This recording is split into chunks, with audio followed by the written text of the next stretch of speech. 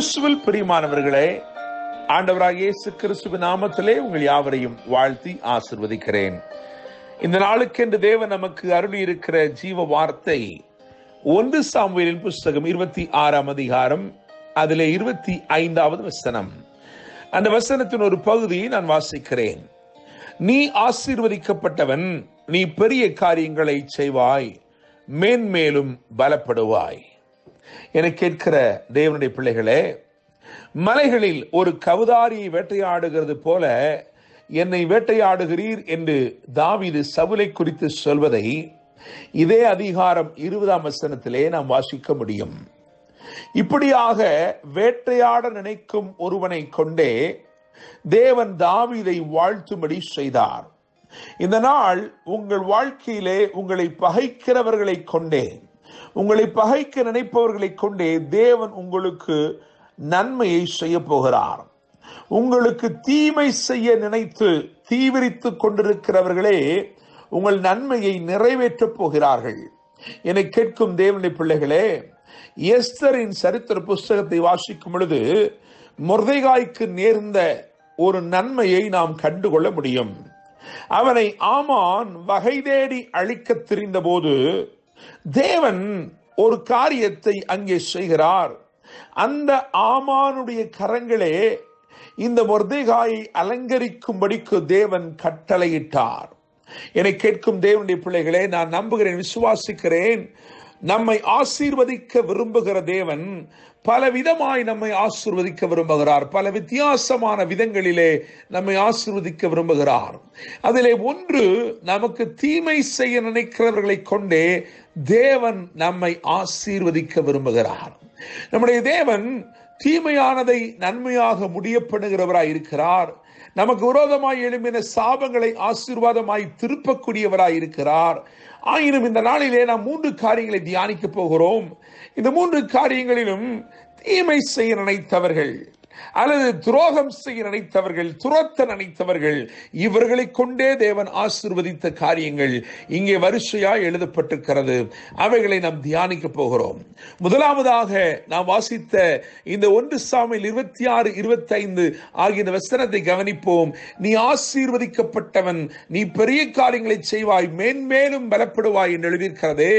இந்த வாழ்த்து யாரிடத்திலிருந்து வந்தது என்று சொன்னால், வேட்டையாடும்படி புறப்பட்ட சவுல் தாவீதை வேட்டையாடும்படிக்கு புறப்பட்டு ஒரு தெள்ளுப்பூச்சியை தேடுவது போல் இன்றைக்கு என்னை தேடுகிறீரே என்று கேட்கும் அளவிற்கு சவுல் தாவீதை வேட்டையாடுகிறான். பல விதங்களிலே அவனை பகைத்து, அவனை சிறுமைப்படுத்தி, அவனுக்கு தீமை செய்யும்படி அவனை தொடருகிறான். இங்கே எழுதியிருக்கிறது, தீமை செய்ய தொடர்ந்தவன் இப்பொழுது ஆசீர்வாதம் கூறுகிறான். தேவனுடைய பிள்ளைகளே, தீமை செய்ய தொடர்ந்தவன், ராப்பகல் பாராமல் தீமை செய்ய வேண்டும் என்று தீவிரித்து தொடர்ந்தவன் இப்பொழுது நின்று கொண்டு சொல்லுகிறான், நீ ஆசீர்வதிக்கப்பட்டவன், நீ பெரிய காரியங்களை செய்வாய், மேன்மேலும் பலப்படுவாய் என்று சொல்லி. இரண்டாவதாக ஆதியாகமத்தின் புஸ்தகம் 26ஆம் அதிகாரத்தில் இருந்து 29ஆம் வசனம் வரைக்கும் வாசித்து பார்க்கும் பொழுது அங்கே துரத்தினவர்களை தேடி வந்து ஆசீர்வதிக்கிறார்கள். என்னை கேட்கிற தேவனுடைய பிள்ளைகளே, ஈசாக்கோடு கர்த்தர் இருந்தார். அவனுக்கு வாக்கு கொடுத்தார், நான் உன்னோடு கூட இருக்கிறேன், உன் தகப்பனாய் ஆபிரகாமுக்கு சொன்ன வாக்குத்தத்தங்களை, வார்த்தைகளை, ஆசீர்வாதங்களை நான் நிறைவேற்றுகிறேன் என்று சொல்லி வாக்கு கொடுத்தார். அப்படியே கர்த்தர் அவனோட கூட இருந்தார். அவனுக்கு எல்லா காரியங்களும், அவனுக்கு விரோதமாய் இருந்த காரியங்கள் எல்லாம் அவனுக்கு அனுகூலமாய் மாறும்படி கர்த்தர் செய்தார். மனிதர்கள் பூமி அடைத்தார்கள், மண் போட்டு அடைத்தார்கள், தூர்த்து போட்டார்கள். ஆனால் அவர்கள் பூமி அடைத்த போது தேவன் வானத்தை திறந்து அவனுக்கு செழிப்பான விளைச்சலை கர்த்தர் கொடுத்தார். அவன் மேல் பிரியமாயிருந்தார். எல்லாரும் அவனுக்கு விரோதமாய் பொறாமை கொள்ளும் அளவிற்கு தேவன் அவனை ஆசீர்வதித்தார். அதை பார்த்தவர்கள் அவனை துரத்தினார்கள், அவனை பகைத்தார்கள். ஆனால் யார் அவனை துரத்தினார்களோ, எந்த அபிமெலேக்கும் அவன் ஜனமும் அவனை துரத்தினார்களோ, அவர்களே அவனை தேடி வந்து, நீர் கர்த்தரால் ஆசீர்வதிக்கப்பட்டவராமே என்று சொல்லி அவனை ஆசீர்வதிக்கும்படி தேவன் கட்டளையிட்டார்.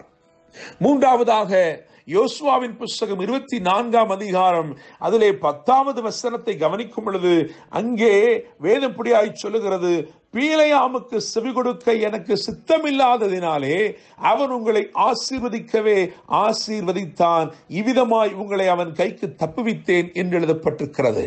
என்னை கேட்கும் தேவனுடைய பிள்ளைகளே, இங்கே கவனித்து பாருங்கள். சபிக்கும்படிக்கு அல்லது சாபம் போடும்படிக்கு கை நீட்டி கூலி பெற்றவன், சபிக்கும்படிக்கு கை நீட்டி கூலி பெற்றவன் தான் பீலையாம். ஆனால் கர்த்தருடைய கரமும் கர்த்தருடைய பார்வையும் இஸ்ரவேலின் மேல் எப்பொழுதும் பதிந்திருந்தபடினாலே சபிக்கும்படி கூலி பெற்றவன் இலவசமாய் ஆசீர்வதிக்கிறான். தேவனுடைய பிள்ளைகளே, அவன் இஸ்ரவேலின் வரிசையை பார்த்த பொழுது, இஸ்ரவேலின் ஒழுங்கையும் கிரமத்தையும் பார்த்த பொழுது, அவர்களுடைய வாசஸ்தலங்களின் சிறப்பம்சங்களை பார்த்த பொழுது கர்த்தருடைய ஆவியானவர் அவன் மேல் இறங்கி அவனை கடாட்சித்தார். அவன் சபிக்கும்படி கூலி பெற்றிருக்கிற போதிலும் இலவசமாய் ஆசீர்வதித்தான், பரிபூரணமாய் ஆசீர்வதித்தான். என்னை கேட்கிற தேவனுடைய பிள்ளைகளே, தீமை செய்ய தொடருகிறவர்கள், துரத்தி விட்டவர்கள், இன்னும் சொல்ல போனால் சபிக்கும்படி கூலி பெற்றவர்கள், இவர்களையெல்லாம் கொண்டு கர்த்தர் தம்முடைய ஜனத்தை ஆசீர்வதித்தார். நான் நம்புகிறேன், விசுவாசிக்கிறேன், இந்த நாளிலே கர்த்தர் உங்களை வித்தியாசமான விதத்திலே தேவன் ஆசீர்வதிக்க போகிறார்.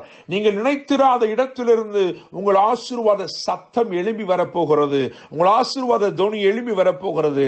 இன்றைக்கு தேவன் அருளின வார்த்தை கவனிங்கள். 1 சாமுவேல் 26:25, நீ ஆசீர்வதிக்கப்பட்டவன், நீ பெரிய காரியங்களை செய்வாய், மேன்மேலும் பலப்படுவாய். இந்த நாள் முழுவதிலும் கர்த்தர் உங்களோடு இருந்து உங்களை பாதுகாத்து நீங்கள் பெரிய காரியங்களை செய்யும்படி உங்களை ஆசீர்வதிப்பாராக.